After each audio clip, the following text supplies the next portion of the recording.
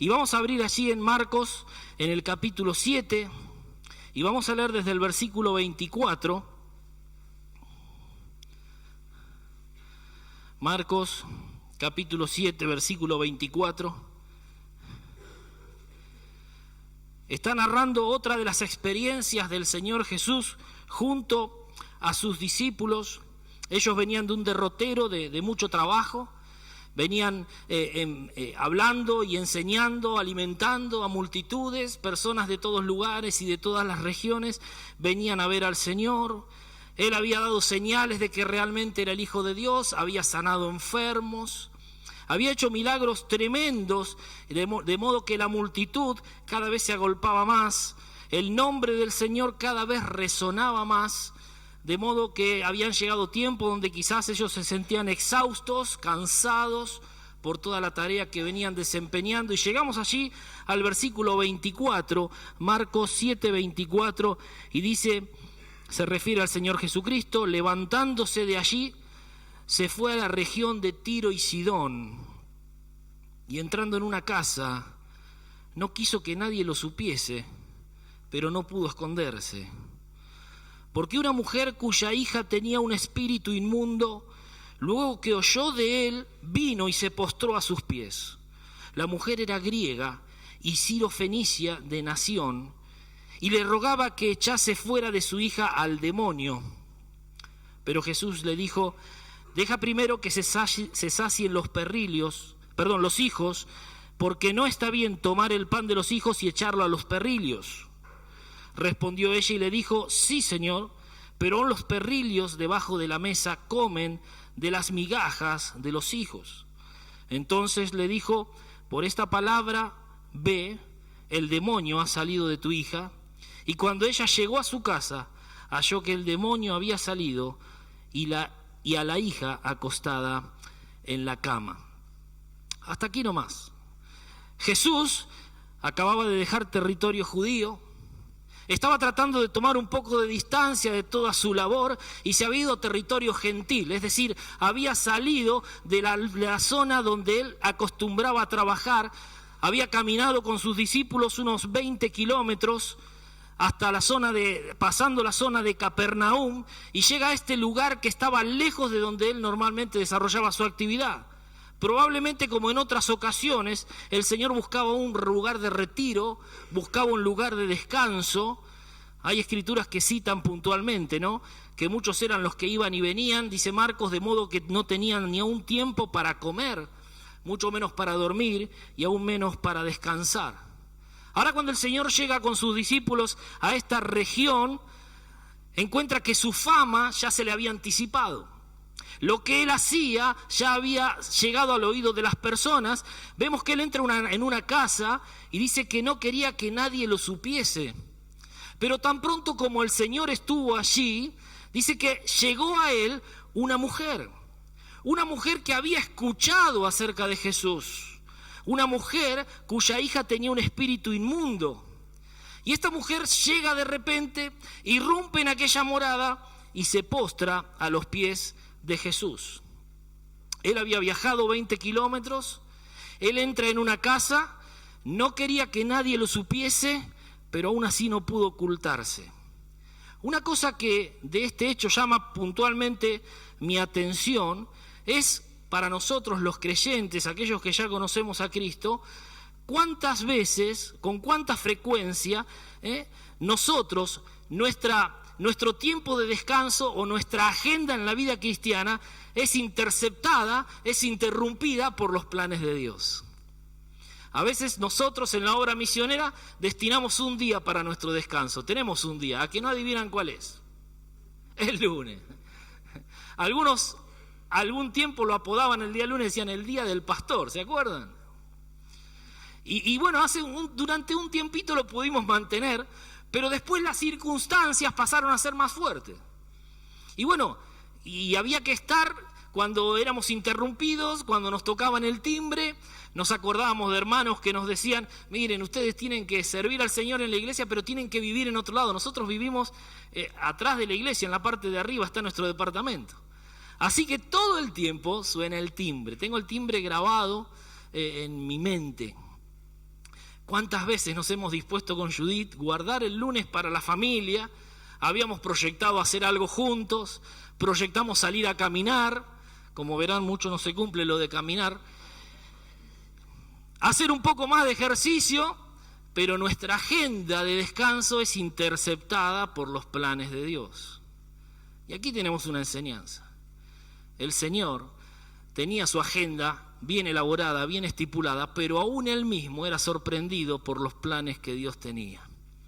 Así que el Señor, aún allí queriendo escapar un poquito para tomar un respiro y tener un tiempo de descanso, es interceptado por la necesidad de esta persona que había oído de él y con semejante problema teniendo una hija allí en su casa poseída por un espíritu inmundo, viene y se arroja pidiendo ayuda a los pies del Señor.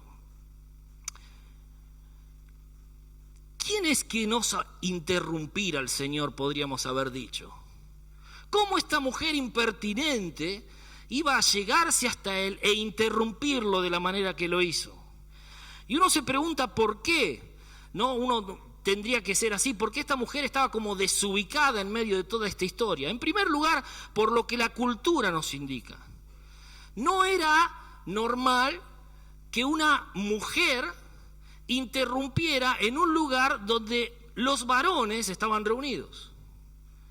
No era normal. No era visto como una cuestión de buena educación. No era bueno. Pero allí vemos puntualizada la desesperación de esta mujer. En segundo lugar, porque esta mujer no pertenecía a la clase social de los judíos, no era judía. Dice que esta mujer era de la región de Tiro y era sirofenicia de nación. Era de un pueblo de donde vienen y donde provienen los pueblos que rodearon en una época, en un tiempo, a Jerusalén, a los israelitas, y atacaban. De allí vienen, por ejemplo, de la región de Sirofenicia, los amonitas, que son uno de los enemigos acérrimos del pueblo de Israel. Y esta mujer, que era contraria en cuanto a su raza y que le faltó la educación o faltó el respeto a aquella reunión de varones casi secreta donde ella intercepta y viene a interrumpir, por sobre todo prevalece su necesidad de tener un encuentro con Dios. No era bien visto lo que esta mujer hizo. Era una mujer gentil. Dice la palabra de Dios que esta mujer ahora se arroja a los pies del Señor. Yo pensaba ella sabía realmente que estaba cometiendo un acto, como diríamos, un tanto desubicado. Pero su desesperación la puede. Y esta mujer llega a los pies del Señor y se arroja. Y en primer lugar se arroja allí sabiendo cuál era su condición. Y se arroja a los pies del Señor en una completa y absoluta humildad. Hay un hecho puntual en la expresión de esta mujer, que su necesidad hace que desaparezca su orgullo y emerge la figura de la humildad y de la necesidad. Y esto nos enseña a nosotros que para poder llegar a interrumpir la agenda del Señor, primero que el Señor nunca está ocupado para nosotros, pero en segundo lugar, qué importante es dejar de lado cualquier clase de orgullo y poder llegar ante el Señor Jesús reconociendo quién es y qué antecedentes tiene. Cuando esta mujer se arroja a los pies del Señor, se arroja porque sabe delante de quién se está arrojando. No es cualquiera. Su virtud le precedía, su fama era conocida Y esta mujer, en su desesperación, entiende que es quizás el último recurso que tiene para poder salvar la vida de su hija. La mujer ruega, leímos. La mujer ruega al Señor en desesperación. Esta desesperación con la que la mujer ruega me hace pensar que estamos hablando de una niña de corta edad, porque intercede por ella. Y viene y dice, mi hija, Señor. Pensamos, dice Flavio Josefo en algunos escritos paralelos, hablando acerca de esta historia, que de la región de allí de Tiro y Sidón venían personas que trabajaban en el ocultismo, personas que estaban en las magias oscuras. Así que es muy probable que incluso esta mujer practicara ese tipo de magias. Y es probable también, porque la posesión en niños no era algo común, que el precio que esta mujer tuvo que pagar por practicar estas magias oscuras sea que un demonio poseyera la vida de su hija. ¿Qué precio tan alto estaba pagando su práctica? Y aquí yo abro un paréntesis y pienso cómo nuestras prácticas pueden signar la vida de nuestros hijos. Cómo tus decisiones, tus convicciones, tus creencias pueden marcar la vida de tus hijos y de tu descendencia. Es para pensar. Qué gran responsabilidad tenemos. Por lo que esta mujer hacía con su vida, estaba pagando el precio su hija. Ella no viene a rogar por su necesidad, sino por la vida de su hija, que estaba poseída por un espíritu inmundo. Ahora, lo que sabemos es que esta niña estaba poseída, y algo que me viene a la mente en este momento también es pensar en que esta mujer había agotado todos sus recursos y conocimientos también para que por medio de aquellas artes que probablemente practicaba, su hija fuese liberada. Pero no lo había logrado. La posesión continuaba. Y yo pienso cuántas personas están en este mundo viviendo sin Cristo y sin esperanza, signados por los tormentos y por los acontecimientos que golpean duramente contra tu vida, y a través de tu propia filosofía, de tu propio pensamiento, de lo que te dicen los amigos y de lo que pregona la humanidad, estás intentando de alguna manera zafar de esa situación que te está ahogando. El hombre y la mujer intenta escapar de su miseria, o intenta, como alguna vez me dijo alguien, intenta escapar del pozo en el que se encuentra tirando del cordón de su zapatilla. No se puede salir del pozo en que estás tirando del cordón de tu zapatilla. Necesitas a alguien desde el exterior que te tire una cuerda. Alguien que desde el exterior te tienda una mano y se llegue hasta donde vos estás para poder rescatarte. Esta mujer habrá hecho todo lo posible, pero no lo pudo conseguir. Hasta que llega el Señor. Quizás por esta razón nos explicamos la actitud que ella tenía, humildad. Yo ya no puedo hacer nada. Reconozco quién sos y necesito que me ayudes. Esta es la actitud con la que la señora esta viene. Y dice allí, mi hija está, un pasaje paralelo en Mateo capítulo 15, dice, mi hija está gravemente atormentada por el demonio. Pero también dice allí en Mateo, pero Jesús no le respondió palabra. ¿Por qué Jesús? El Jesús de amor, aquel que vino a pregonar la misericordia y el favor de Dios a la humanidad, ¿por qué no le responde palabra a esta mujer? En el versículo 25 dice que entonces vino más cerca de él y se postró diciendo, Señor, allí en Mateo dice, Señor, socórreme. Esta mujer no solamente había entrado en la casa, no solamente había interrumpido, no solamente no había respetado las buenas costumbres, sino que ahora le venía persiguiendo y gritaba, de modo que algunos discípulos le decían, Señor, mirá, atendela o echala para que nosotros podamos tener el tiempo que venimos a tener. Dice que ella seguía gritando y decía, Jesús, hijo de David, ten misericordia de mí.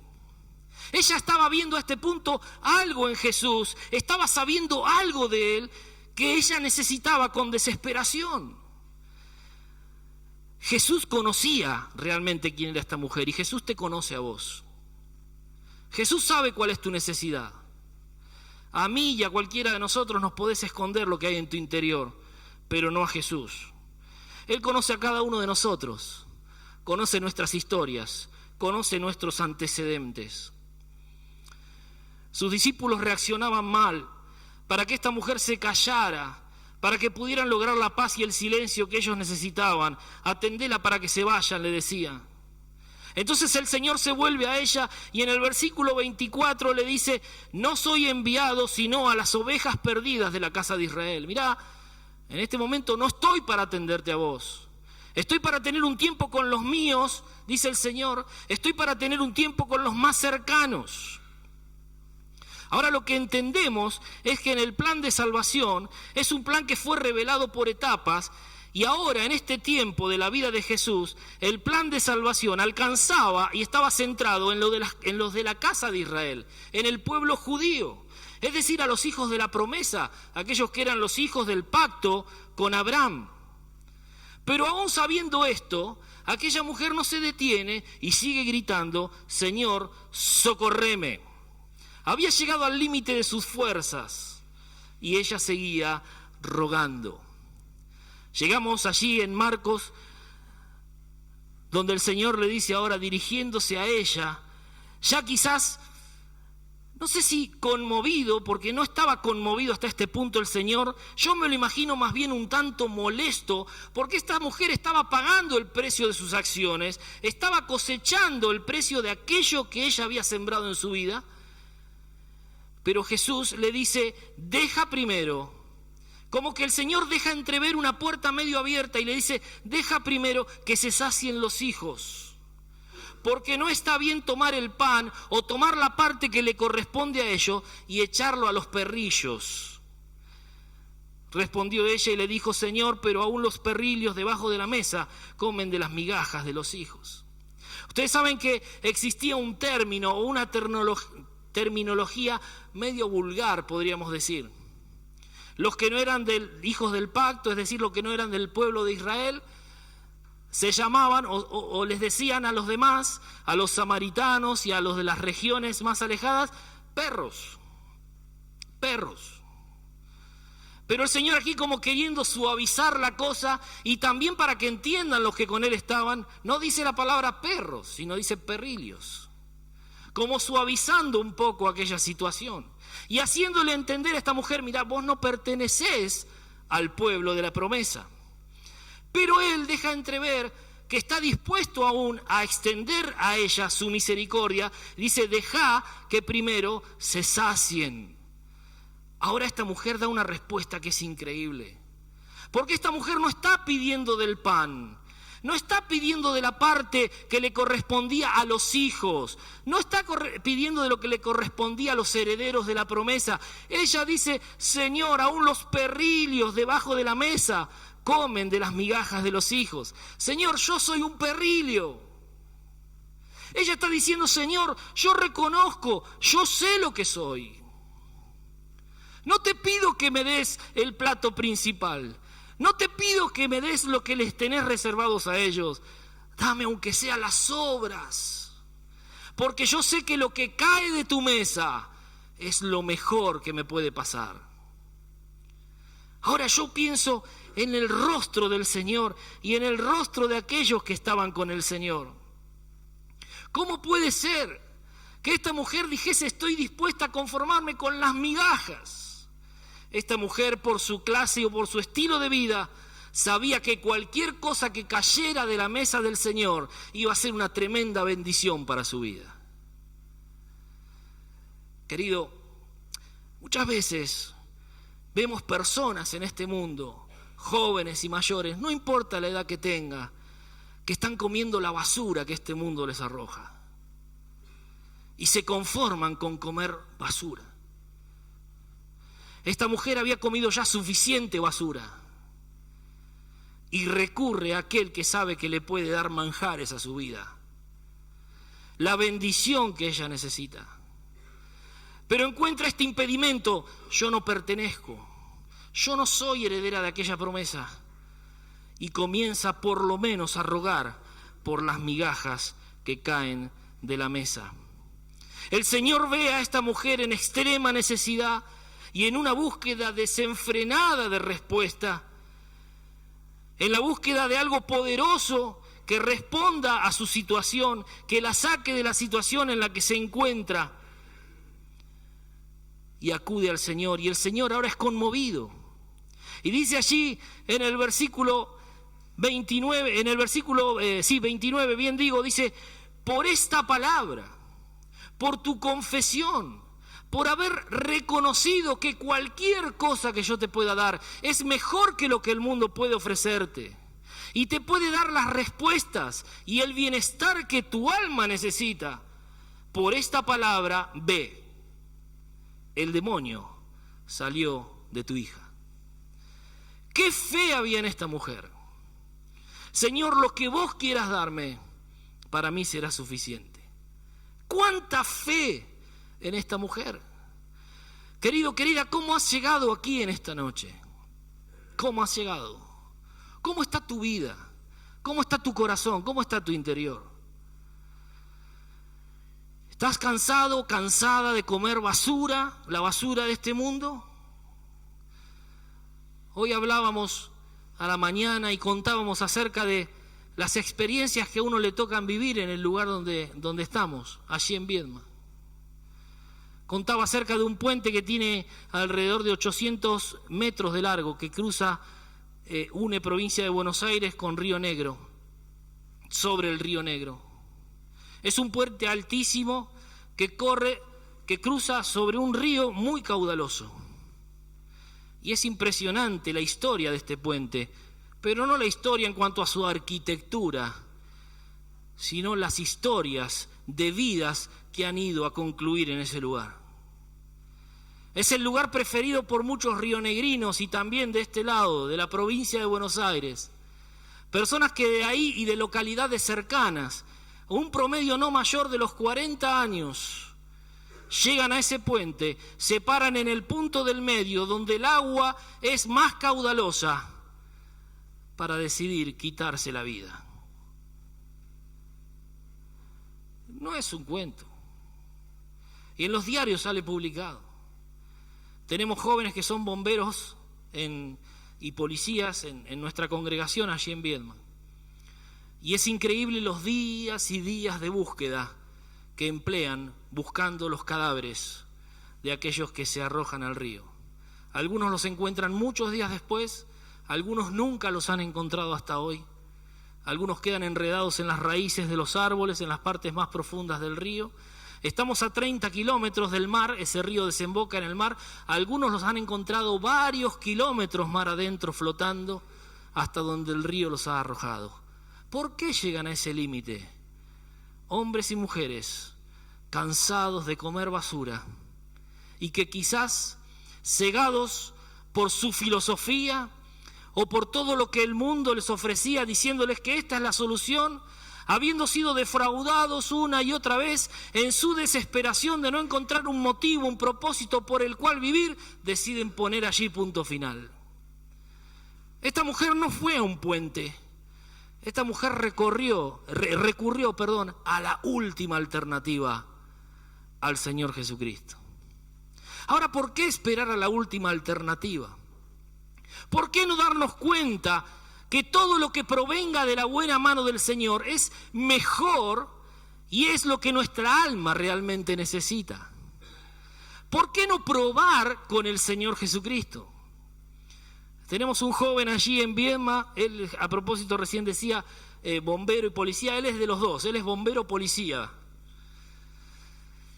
Rodrigo hace muchos años ya se congrega con nosotros, 5 años cumplió hace poquito en el Señor, ya está bautizado en la iglesia, está sirviendo al Señor, él formó una hermosa familia con una chica con la cual estaba juntado cuando conocieron al Señor, se casaron, tienen 2 hermosas hijas, y hoy trabajan allí en la iglesia junto a nosotros. Y una de las cosas que Rodrigo me dijo el día que se convirtió, o un tiempo después de haberse convertido, es decir, de haber aceptado a Cristo como su Salvador, es: yo quedé impactado cuando dijiste, probaste con tantas cosas, ¿qué perdés con probar con el Señor Jesucristo? Y él dice, ¿yo sabes cómo llegué a Cristo? Yo dije, bueno, voy a probar. Si no me queda de otra, voy a probar. Y él siempre dice, y hasta el día de hoy no me arrepiento, porque el Señor no me defraudó ni un solo día. ¿Por qué llegar al extremo de nuestras fuerzas, al límite de nuestras posibilidades, cuando lo que el Señor nos puede dar puede superar cualquiera de nuestras expectativas? Mirá, lo que yo sé es que la humanidad, con gritos ensordecedores, pregona sus soluciones, pregona sus filosofías, haciéndote creer que eso es lo que vos necesitas. Las religiones te quieren vender un mensaje. Los pastores, y hay pastores que engañan a sus seguidores. Lo que necesitas no está en una religión. Lo que necesitas no está en un pastor. Lo que necesitas no está en ninguna iglesia. Lo que necesita tu alma, lo que vos necesitas, está en el Señor Jesucristo. A veces me toca hablar con gente y le digo, ¿probaste con Jesús? Y ellos te dicen, sí, yo fui a una iglesia y estuve yendo, pero no me... ¿Probaste con Jesús? Sí, porque yo conozco al pastor fulanito y yo fui con el pastor. ¿Probaste con Jesús?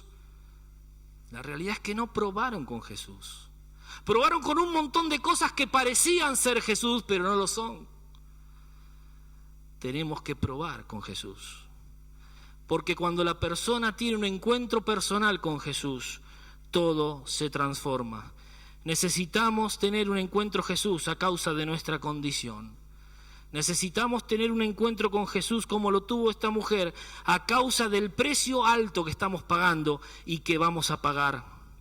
Dice la palabra de Dios en Romanos 3:23, por cuanto todos pecaron y están separados de Dios. No sé cómo está tu situación, pero la mía es que yo antes de conocer a Cristo era un pecador perdido y creía y entendí que la Biblia me dice que mis pecados merecen la condenación eterna. Merecía el infierno. Vos podés creerte y considerarte muy bueno o muy buena, quizás comparándote con otras personas y decir, bueno, pero yo no le hago mal a nadie, yo trato de hacer el bien. La palabra dice que todos hemos pecado. Todos de una u otra manera hemos traspasado la ley de Dios. Es decir, podemos compararnos con una persona y podemos ser mejor que esa persona, pero cuando nos comparamos con Dios, estamos lejos de dar la medida de Dios. Y dice el Dios que con pecado no podemos llegar a Él, no podemos tener una relación con Él y mucho menos tener una esperanza de una salvación eterna en el cielo con Él. Dice la palabra de Dios que nuestro pecado nos condena al infierno, pero también agrega la palabra de Dios que por medio de su regalo, por medio del Señor Jesucristo, nosotros tenemos la posibilidad de encontrar el perdón de nuestro pecado. Dice la palabra de Dios en un texto que es uno de mis favoritos, lo era también de mi abuela, mas Dios muestra su amor para con nosotros, en que siendo un pecadores, Cristo murió por nosotros. Dios mandó a su Hijo Cristo a morir en una cruz. Dios mandó a su Hijo Cristo a que derramara su sangre en la cruz del Calvario, su sangre carmesí, para que esta sangre pudiese limpiarte a vos de tu pecado y vos puedas pasar a ser un hijo o una hija de Dios. Cristo no vino para que Mel Gibson haga la película La Pasión de Cristo. El Señor Jesucristo vino a tomar tu lugar y mi lugar en la cruz del Calvario. Él vino a pagar lo que nosotros ni nadie más podía pagar. Él vino, dice la palabra, a abrirnos un camino vivo y verdadero hacia el Padre. Dice la palabra de Dios en Juan 14:6 que Jesús mismo dijo, yo soy el camino, la verdad y la vida. Y ¿sabes una cosa? Agrega, nadie puede llegar a Dios si no es a través de mí. Esta mujer sabía cómo obtener la solución a su problema, sabía que Cristo era el camino, depuso su orgullo, dejó a un lado su filosofía, se postró a los pies del Señor y dijo, lo que vos me quieras dar es suficiente porque yo sé que ahí voy a encontrar lo que mi alma necesita. ¿Cómo quisiera, querido, que esta sea tu decisión en esta noche? Que vos puedas deponer cualquier actitud contraria, puedas dejar de lado cualquier pensamiento en contra de lo que Dios te quiere dar, y en esta noche puedas decir: yo quiero probar con Jesús. Yo quiero probar con aquello que el Señor me quiere dar. Yo quiero, como esta mujer, recibir el favor de Dios en mi vida. Yo quiero que ese favor sea para mi vida, que ese favor también sea para mis hijos, porque lo puede llegar a ser. Pero tan solo basta con tu decisión. Hay una preocupación tremenda en el corazón de Dios. Dice el libro de Romanos en el capítulo 3, entre el versículo 10 y el versículo 18, dice: no hay justo ni aun uno. No hay quien entienda, no hay quien busque a Dios. Todos se hicieron inútiles, todos se desviaron. No hay quien haga lo bueno, no hay ni siquiera uno. Y aquí es como que empieza a describir la sociedad en la cual nos encontramos. Sepulcro abierto es su garganta, hablan cosas podridas, con su lengua engañan. Hay veneno de víboras debajo de sus labios. Su boca está llena de maldición y amargura. Sus pies, escucha esto porque define la violencia de la sociedad, sus pies se apresuran a derramar sangre. Hay quebranto, miseria, hay desventura en sus caminos. No conocen camino de paz, pero escuchá lo peor: no hay temor de Dios delante de sus ojos. Aquí la palabra de temor no significa miedo, significa consideración o respeto a lo que Dios dice. Querido, querida, si en esta noche tan solo te pusieses a considerar por un momento todo lo que el mundo te ofrece y lo compararas con lo que te ofrece Dios, te darías cuenta de lo que te estás perdiendo a causa de tu indecisión. Vuelvo a repetir, la mujer le dijo: Señor, vos tenés razón, no me lo merezco, pero aún esas migajas pueden saciar, me pueden dar lo que yo necesito. Y el Señor le dijo: por esta palabra, por esta tu declaración, obtuviste lo que necesitas. Y en esta noche, Dios está esperando de parte tuya una declaración de fe, una declaración que incluye arrepentimiento, una declaración donde vos puedas decirle: Señor, yo sé que soy pecador. Señor, yo sé que estoy mal, yo sé que probé con todo, pero Señor, en esta noche yo quiero probar con vos. Pedile perdón al Señor, pedile perdón por haber estado tanto tiempo lejos de Él, por haber vivido la vida a tu manera. Pedile perdón. Necesitas arrepentirte de esa manera de vivir, dice la palabra, para que puedan venir tiempos de refrigerio a tu vida. Pedile al Señor que te perdone por medio de aquella sangre que derramó y que está vigente para todos aquellos que se acercan al madero. Y decirle: Señor, te acepto como mi Salvador. Quiero decirte y repetirte ese concepto que es muy importante. No es aceptar una religión, es recibir a Cristo. No es tener una religión, es tener una relación con el Salvador, una relación con Cristo. Y a partir de ese momento pasar a ser un hijo o una hija de Dios. Dice la palabra de Dios en Juan 1:12. Dice: mas a todos los que le recibieron, a los que creen en su nombre, les dio el derecho de ser hechos hijos de Dios. Es creer en Jesús, es recibir a Jesús. Y Jesús quiere entrar en tu vida en esta noche, pero espera tu invitación. Es tan caballero, es tan amoroso, que no fuerza a nadie. Y Él extiende su mano y dice: yo quiero darte lo que vos necesitas. Quiero darte la salvación, quiero darte el perdón de pecados, pero esto es como el día de tu cumpleaños.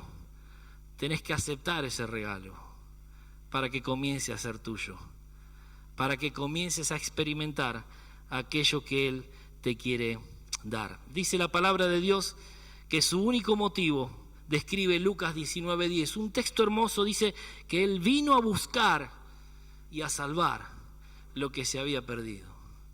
Querido, yo un día estaba recontra perdido. Nací en un hogar cristiano, no voy a hablar de eso ahora, pero estaba muy perdido también. Y el Señor me estaba buscando. Yo un día entendí que el Señor me estaba buscando y cambió mi vida. Aquellos que eran mis amigos de aquella época, la mayoría, no quisieron saber nada con aquel que los estaba buscando. Del barrio soy unos pocos que queda con vida. Y apenas tengo 53 años. Pero de mis amigos de infancia, no queda ninguno. Porque yo un día decidí tomarme de la mano de aquel que me había venido a salvar. Me dio un propósito, me dio una familia, hoy sirvo a Dios, cambió mi mente, cambió mi corazón, cambió mi perspectiva, cambió la visión de la vida. Nos deleitamos en poder servir a Dios con nuestras vidas, con nuestras fuerzas y ver otras vidas cambiadas. ¿Crees que Dios no tiene algo especial para vos también? Sí lo tiene.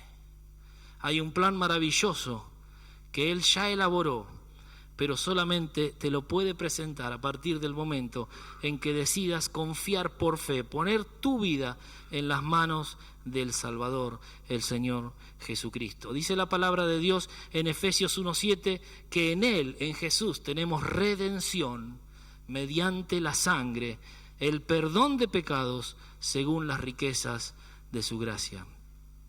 Rápidamente, en Él tenemos redención.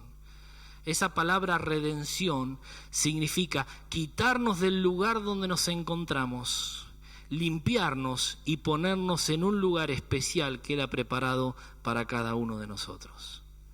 ¿Querés disfrutar de ese lugar especial delante de Dios? Necesitas arrepentirte, pedir perdón por tus pecados y decirle a Cristo: Señor, te acepto como mi Salvador. Se lo tenés que decir. Por eso quiero invitarte, ya terminando en esta hora, que en el lugar donde estás puedas inclinar tu rostro y puedas cerrar tus ojos. Y voy a explicar esto por qué. Inclinamos el rostro en señal de reverencia a Dios. Estamos en su presencia y cerramos los ojos para no distraernos con lo que pueda pasar a nuestro alrededor. Y yo estoy seguro y sé que cuando cerramos los ojos nuestros pensamientos comienzan a escucharse más fuerte. Y allí en tu interior, mírate hacia adentro y mira cómo está tu vida. ¿Qué es lo que has obtenido hasta ahora? Sé que hay cosas que están bien, que pueden estar bien en tu vida, pero imagínate cómo ves el futuro sin Dios. ¿Cómo ves el futuro sin Cristo en tu vida? Dice la palabra de Dios en Hebreos 9:27 que está establecido a los hombres que mueran una sola vez y después de esto el juicio. Un día, querido, tu hora en este mundo va a terminar. Tu corazón dará su último palpitar. Y después de aquí estarás cara a cara con tu Creador. Y allí se determinará tu eternidad. Si no tenés a Cristo, si tus pecados no han sido lavados, no has sido perdonado por la sangre del Cordero, tu destino es la condenación eterna en el infierno. Por eso es importantísimo que te tomes un minuto para pensar en la eternidad y también puedas considerar aquello que Dios te ofrece, salvación y vida eterna en el cielo con Dios. Si en esta hora estás dispuesto a probar con Cristo, si estás dispuesto a poner tu fe y tu confianza en las manos del Salvador, de aquel que te sigue amando, a pesar de cuál sea tu decisión en esta noche, Él te sigue amando y te va a seguir buscando. Pero no pierdas más tiempo. No juegues con tu vida. No sabemos en qué momento volaremos de este mundo. El Evangelio no es para los viejos y para los enfermos, como algunos dicen. Muchos jóvenes han sido interrumpidos por la muerte en el esplendor de su vida. Nadie tiene un minuto comprado. En esta hora, si entendés que necesitas a Cristo, por el bien de tu alma y de la eternidad, decile así al Señor, con tu palabra, pero de corazón: Señor, te pido perdón por mi pecado. Me arrepiento. Es necesario que sientas el arrepentimiento. Arrepentirse significa desear no repetir nuestras acciones, desear salir de allí y no volver jamás. Con sinceridad y con arrepentimiento profundo en tu corazón, decirle: Señor, me arrepiento, te pido perdón, creo en Cristo como Salvador, te acepto en mi corazón. Decíselo con tus propias palabras. No es la oración, no es la frase lo que te salva, es la intención del corazón, es un arrepentimiento genuino. Dios te está escuchando. Dios ve la miseria en la que te encontrás y créeme que como esta mujer, Él puede cambiar todo en un momento. Y Él puede darte lo que nada ni nadie jamás te podrá dar: salvación y vida eterna.